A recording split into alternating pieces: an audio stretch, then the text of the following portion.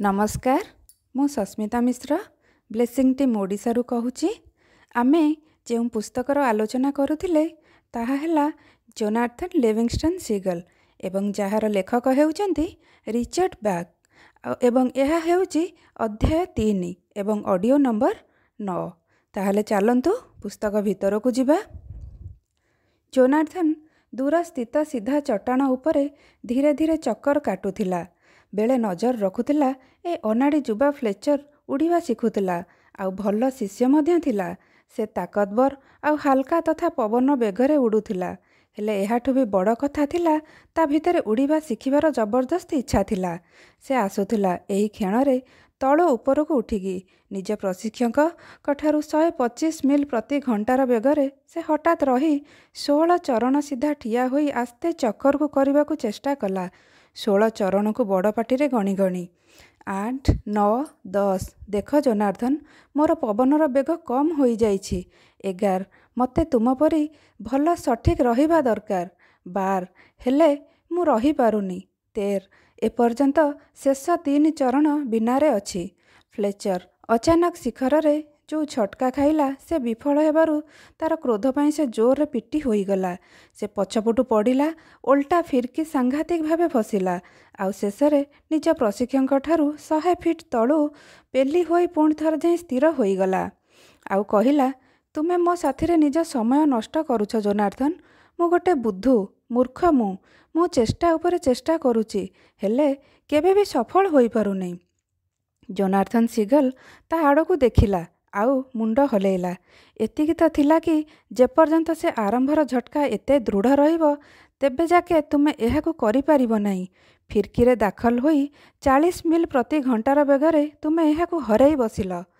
तुमको नरम सहित चलिबार अछि मजबूती रे हेले रफ्तार सांगेरे मने रख जोनाथन।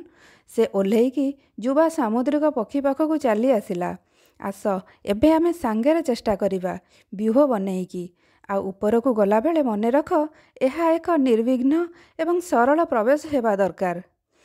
3 मास शेष हो जोनाथन पाखरे आउ 6 शिष्य आसी जाइथिले। समस्ते दलरू बहिष्कृत तथापि उड़ीबार आनंद पाई उड़ीबार ए अजीब नुआ विचार जानिबा उत्सुकरे एहा छड़ा तांका पई उच्चा कर्तव्य देखैबा वा तार अभ्यास करिबा से सबुर कारण को बुझिबाटू बेसी सहज थिला। आम भितरे प्राय से महान समुद्रिक पक्षीर एक विचार आजादीर एक असीम विचार। जोनाथन सागर कूलरे संध्या को कहूथिला सठिक बेजोड़ उड़ीबा आम पाई आम स्वभाव को प्रकट करिबा आड़कू गोटे पाद बढ़ाइबा थिला। सबु जिनस जे आमको सीमित करूची ताकू आमको एड़ेई दबा कथा। सेथिपाई तो एमाने समस्ते तेज बेगर अभ्यास आउ आस्ते गति तथा आकाशरे कलाबाजी करूचंती आउ शिष्य माने दिन जाक उड़ीबारु थकी करी सोई पड़ती। सेमानको अभ्यास पसंद थिला कहीं तेज आउ मजादार थिला तथा शिखिबार से भोक को संतुष्ट करुथिला जहा समस्तंकर दिन को दिन बढ़ी जाइथिला। हेले सेमानक भितरे गोटे फ्लेचरलैंड सीगल जमा विश्वास करि पारु नथिला कि विचार रे उड़ीबा संभवतः सेतिकी असली थिला जेतिकी पवन रे किंबा डेणा साहाय्य रे थिला। तुमर पूरा शरीर डेणार गोटे पार्श्वरु अन्य पार्श्व पर्यंत। अन्य कथारे जोनाथन कहिला निज विचार बिना तुमे किछि नुह गोटे एमिति रूप जहाको तुमे देखि पारिबो। निज विचार बंधन को भांगी दियो आउ तुमे निज शरीर बंधन को भांगी देउच। हेले से जेमिति कहूना कहीं ताको शुणिबाको गोटे भल कहानी परी लागुथिला आउ ताको निदर आवश्यकता बेसी थिला। गोटे मास परे जोनाथन कहिला दल को फेरी जिबार समय आसीगलाणी आमे रेडी नाहू। हेनरी क्लेविन सीगल कहिला आमर स्वागत हेबनी आमे बहिष्कृत जेउठी आमर स्वागत सत्कार हेबनी सेठी आमे निजको जबरदस्ती पुरई पारिबा नाही। आमे जेउठी जिबाकू चाहिबा सेठी जिबा पई तथा जहा बनिबाकू चाहूचे ताहा बनिबा पई आमे आजाद। जोनाथन जवाब देला आउ बालीर उपरकू उठिला आउ दलर निवास स्थानर दिशारे पूर्व पटकू उड़ी चलिला। ता शिष्य मानक भितरे टिके चिंता आउ भय आसीगला कहीं दलर नियम अछि कि जहाको दलरू बाहर कर दिया जाए से केबे फेरी आसे नहीं आउ से नियम 10 वर्ष रे गोटे थर भी भांगी नहीं। नियम कहूची रही जाओ आउ जोनाथन कहूची चल ଆଉ ଏପର୍ଯ୍ୟନ୍ତ ସେ ପାଣି ଉପରେ 1 ମାଇଲ ପର୍ଯ୍ୟନ୍ତ ଦୂରତାରେ ଉଡ଼ି ଯାଇଥିଲା। ଯଦି ସେମାନେ ଆଉ ରହିବେ ତାହେଲେ ସେ ଏକା ହିଁ ରାଗିଥିବା ଦଳର ସାମ୍ନା କରିବାକୁ ପଡ଼ିବ। ଛାଡ଼, ଯଦି ଆମ ଦଳର ହିସ୍ସା ହୋଇନଥାନ୍ତେ ତାହେଲେ ଆମକୁ ନିୟମର ପାଳନ କରିବା ଦରକାର ନଥାନ୍ତା। ସେୟାନା ଫ୍ଲେଚରଲ୍ୟାଣ୍ଡ ସିଗଲ ଟିକେ ସଙ୍କୁଚିତ ହୋଇ କହିଲା, ଏହା ଛଡ଼ା ଯଦି ଝଗଡ଼ା ହୁଏ ତ ଆମେ ଏଠି ରହିବା ଅପେକ୍ଷା ସେଠି ବେଶୀ ସାହାଯ୍ୟ କରିପାରିବା। ସେଥିପାଇଁ ସେ ସକାଳେ ପଶ୍ଚିମ ପଟୁ ଉଡ଼ିଯିବାକୁ ଲାଗିଲେ। 8 ଜଣଯାକ ସିଗଲ ବ୍ୟୁହ କରି ଡେଣା ପିଟି ହେଉଥାଏ ସମସ୍ତଙ୍କ ଦେହରେ।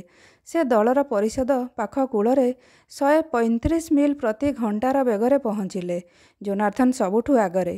ଫ୍ଲେଚର ଆରାମରେ ତା ଡାହାଣ ପାଖରୁ ଆଉ ହେନରୀ କ୍ଲେଭିନ୍ ବାମ ପଟରୁ ନିଜ ଜାଗାରୁ ବନି ରହିବା ପାଇଁ ଚେଷ୍ଟା କରୁଥିଲେ। ପୁଣି ବ୍ୟୁହରେ ଏକାଠି ସମସ୍ତେ ମାନ ଯେମିତି ଗୋଟିଏ ପକ୍ଷୀ। ଧୀରେ ଧୀରେ ଡାହାଣକୁ ବୁଲିଲେ ଆଉ ଏକାଥରକେ ଓଲଟିଲେ। ପୁଣି ପବନରେ ନିଜ ନିଜ ଭିତରେ ମୁକାବିଲା କରିବାକୁ ଲାଗିଲେ। ଦଳରେ ସବୁଦିନ ପରି ଜୀବନ ପାଟି କରିବା ଚିଲେଇବା ଯେମିତି ଶାନ୍ତ ହୋଇଗଲା।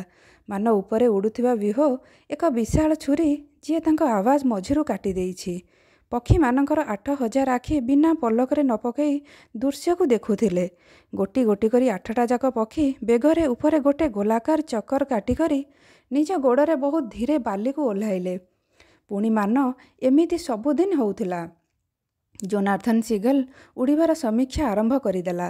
ପ୍ରଥମ କଥା ତ ଏହା ଯେ ସେ ଗୋଟେ ବ୍ୟଙ୍ଗଭରା ହସରେ କହିଲା, ତୁମେମାନେ ସମସ୍ତେ ଏହା ଶିଖିବାରେ ଟିକେ ଡେରି କରିଦେଲ। ବିଜୁଳି ପରି ଏ ବେଗରେ ଏ କଥା ପୁରା ଦଳରେ ଖେଳେଇ ହୋଇଗଲା। ଇଏ ସିଗଲ ତ ବହିଷ୍କୃତ, ଆଉ ଏମାନେ ଫେରି ଆସିଛନ୍ତି। ଏଇଟା ହୋଇପାରିବନି। ଫ୍ଲେଚର ଯାହା ଭବିଷ୍ୟବାଣୀ କରିଥିଲା ସେ ଦଳରେ ଉଥଲ ପୁଥଲରେ କାହିଁ ହଜିଗଲା। ଆଜି ପାଇଁ ଏତିକି। ନମସ୍କାର।